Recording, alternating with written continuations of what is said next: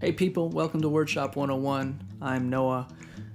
Today we're going to do something a little bit different. On today's episode, I present to you a review of Diane Seuss's book, FourLegged Girl. It was published by Graywolf Press in October of 2015.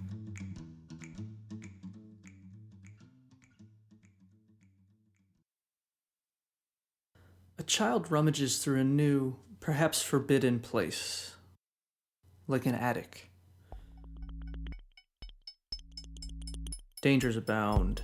She could fall through the ceiling, or stick her toe in a rat trap, or discover something unseemly, something that was put up there so that it would never be seen again. For the child, the promise of discovery is too electric to refuse, so she goes forth, opening this drawer and that, hoping to find something luminously new.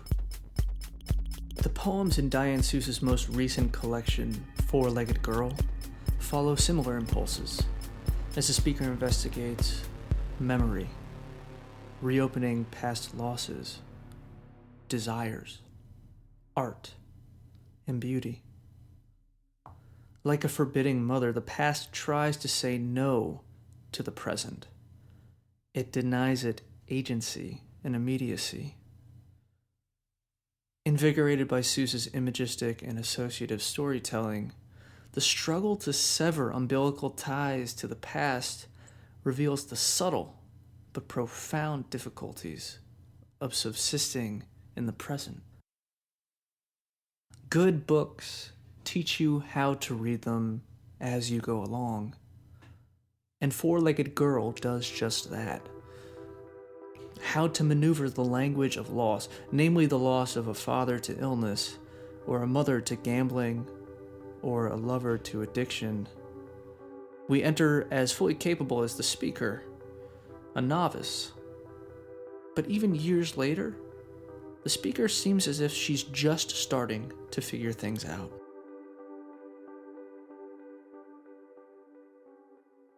In a poem called People the Ghosts Down and North of the South Aren't See-Through, yeah, that's the title, the speaker proclaims as if to an audience, they want to steal our valuables, mess shit up, drop a match and burn down the house.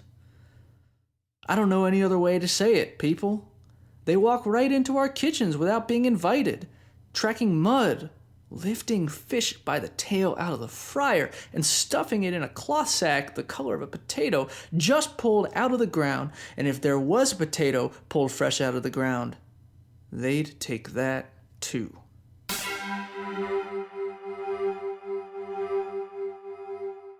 Ghosts, fixtures of the past, they exact their wills on the present, levying palpably real consequences for the speaker. Affected by Seuss's use of concrete diction, they steal fish. Their pee sizzles when it hits the floor. They want our whiskey, our gravy, our honey, our combs, our bees, everything. They can control things that we can see, hear, taste, smell, and touch, manifesting for them a reality that lives out in the speaker's physical world, in addition to the psychological. In a poem like People, the Ghosts Down in the North of the South Aren't See-Through, which comes early in the first section, Seuss provides us a working definition of sorts, a primer and haunting, so that when we read a poem like I Can't Listen to Music, Especially Lush Life, appearing later in the book, we naturally reflect back to earlier poems when ghosts reappear.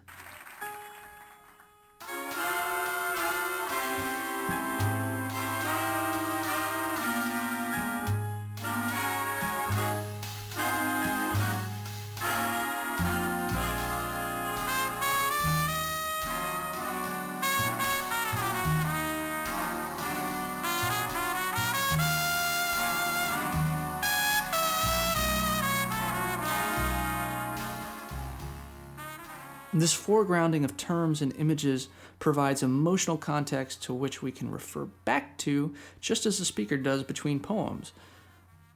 I Can't Listen to Music, Especially Lush Life, is a poem of longing. It pines for the era of tiger lilies, of frolicking in blue snow of an old television, of a deathbed pomegranate. It's a pastoral realm whose flowering is subdued by her father's cancer. The poem candidly instructs us how to find pleasure amidst grief. Go to Cemetery Hill for silence, the speaker tells us. And it's nothing but a landscape, filled with baby grands, keys echoing, sunset, fedora on fire, my nerve endings, lit up like little trees. Hot, whiskey-scented wind, stray horn wind, his woozy breath on the back of my neck, such a lush. And the air is lush with ghosts, standing in line, hats in hands.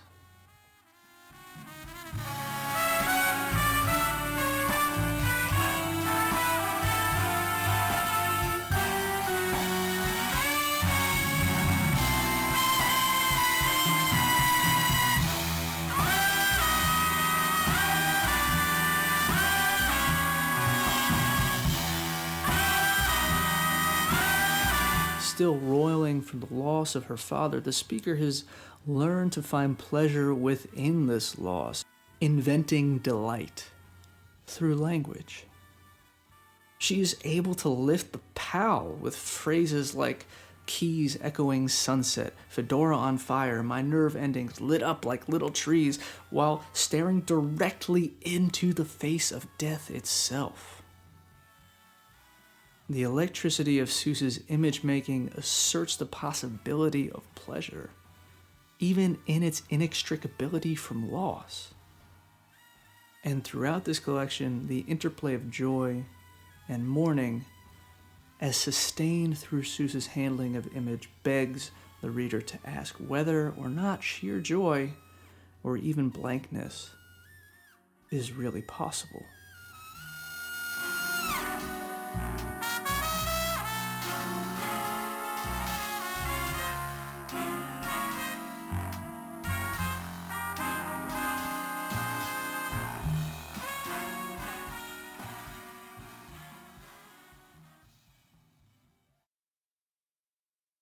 The speaker's world seems alien in ways. It's been upended of its familial order with her father's death. And this is reflected in the ways in which the poems move linearly, forging paths that reach far beyond their points of entry without taking so much as a quick glance back at their starting points. They also forego framing. They do not announce the subjects in their titles or claim to know their destinations or how they're going to get there. The longish poem, Hub, starts out by describing a rain shade from the speaker's childhood home. The kids on 17th Street called themselves the dismantlers, stripping away the canopy from the ribs and stretchers and hollowing out the wooden shafts, filling them with gumballs and wild onions. My father was cynical about the whole enterprise. He'd walk in the rain like his tumors were made of sugar. Though not explicitly stated, the speaker connects the Vandals and her own father by association, relying on their proximity to one another as a bonding agent. Narratively, they have little to do with one another, but we can't help but compare this act of comic vandalism to her father's neglect. The speaker is subsequently left in the hands of her mother, who rescinded anything shelter-shaped, leaving the speaker to fend for herself in a reality subverted by both paternal loss and maternal abandonment. As a result, the speaker seeks shelter beneath almost anything. When Wanda gave up taxidermy and became a Jehovah's Witness. Some of us absconded with her impressive collection of stuffed predatory birds, wings extended in mid-flight. I impaled mine, a barn owl with glass eyes, on a long copper tube I found at the shut-down pattern factory. I brandished my owl like a papal umbraculum, whose purpose had nothing to do with weather, not shade, but shadow. The speaker appears helpless here, her survival instincts stunted. Having only briefly known a stable home life, she has little idea of how to build one for herself. With the copper tube in hand, she could fashion herself a shelter or maybe a baton for protection. Instead, she creates the illusion of oversight through shadow, adult supervision cloaked as morbid curiosity. At times, the strangeness in Seuss's images verge on overshadowing the reflection at hand, but in and of themselves, they demonstrate a willingness to venture into the uncanny, almost a desperation to construct meaning or beauty out of whatever is available to her. The speaker is a fighter, and the sort of imaginative resourcefulness illustrated in a poem like Hub endures as she trawls the New York art scene of the late 1970s into adulthood, dragging with her all varieties of artists, junkies, and punks, who she brings to life through myriad combinations of diction. Seuss's lines span across the page so that we get a lot of information delivered to us very quickly. Sometimes it's overwhelming with so many disparate parts to connect at once. But in moments like these, we are welcome to just sit back and enjoy her language simply as confection. For example, your skirt, the color of crocus stamens, and the silhouette of the witch boot on your sideways twisted foot and your 4 knees. It's pretty crazy. Beautiful.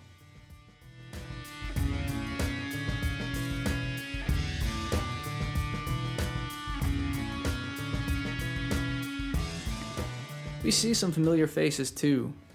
The speaker acquaints herself with William S. Burroughs and Andy Warhol. In the poems, "It Wasn't a Dream," "I Knew William Burroughs," and Warhol's Shadows. We see Burroughs and Warhol side by side. Burroughs, a slinger of pornography and dope, and Warhol, a column of chalk at dead center of the gallery. Seuss commemorates impact with imagery, and whereas we see Burroughs instructing her boyfriend to shoot heroin as he sat watchfully nearby, hunched over, wearing a face like a buzzard, she commands our attention toward Warhol's art with image. She writes, "The image circled us, caped, canvases skirting the room like the bell of a jellyfish, iterative, alliterative, a tolling black echo against the mopped-on yellow and aubergine, chartreuse, and indigo." Amidst her search for self, the speaker realizes that she cannot rely on the artists themselves to provide the way to the center. Art, however, can. And Seuss shows us Warhol's celebrity, but she pictures him as a man whose existence is predicated on his art.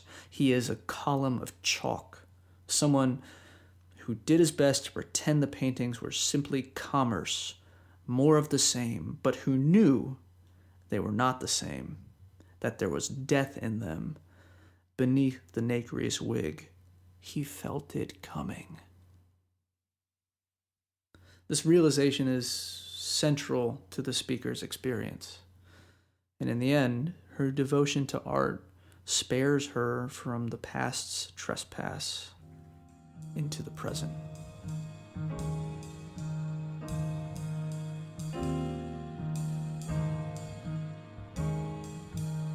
In Seuss's book, a mother may not nurture, a father may not provide, and a lover may not tend, but an artist creates. And after being misled, bamboozled by concerns for exteriority and superficiality, the speaker detaches herself from artifice. She lets herself go. In the poem, Beauty is Over, she says, I like my weekends now, unengaged from what is called beauty.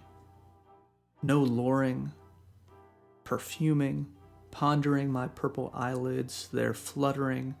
I let my hair go rank, my body smell of body. The UPS man eyes the hair under my arms as I sign for his heavy box of ashes. He shivers, thanks God his little wife at home waxes herself smooth, doesn't lumber or reek like a bear or limp to the door like some peg leg, some Igor. By this standard, the speaker can trust very little in a world so concerned with appearances, with what seems rather than what is. Let be finale of seem. Wallace Stevens writes, this is Seuss's vision as well, and she opens and closes her collection with homage to the late poet Lucille Clifton, lesser known than either Burroughs or Warhol, but for Seuss, she's an emblem of authenticity. She writes, oh, little lamb in my red brick hometown museum, one head gazing west, the other east. The precious freak who lives at the heart of me still. All of the new world leaders shall be those born with too many, too much, the three-eyed, the four-legged, like 12-fingered Lucille with her bad kidneys, bad teeth, and bad breasts, her bad hair, her two-headed poetry, my titanium leg and screws, my stretch marks and wide cesarean scar, my overt and covert badness, my bad shoes and bare ankles, my bad poetry.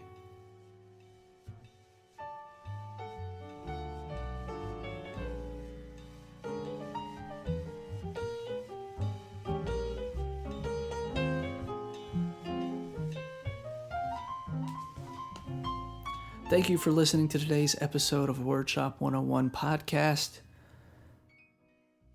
Special thanks to Graywolf Press for providing me a review copy of Diane Seuss's book. For more content, please go to wordshop101.com as well as facebook.com/wordshop101. I accept submissions for review at wordshop101@gmail.com. More later.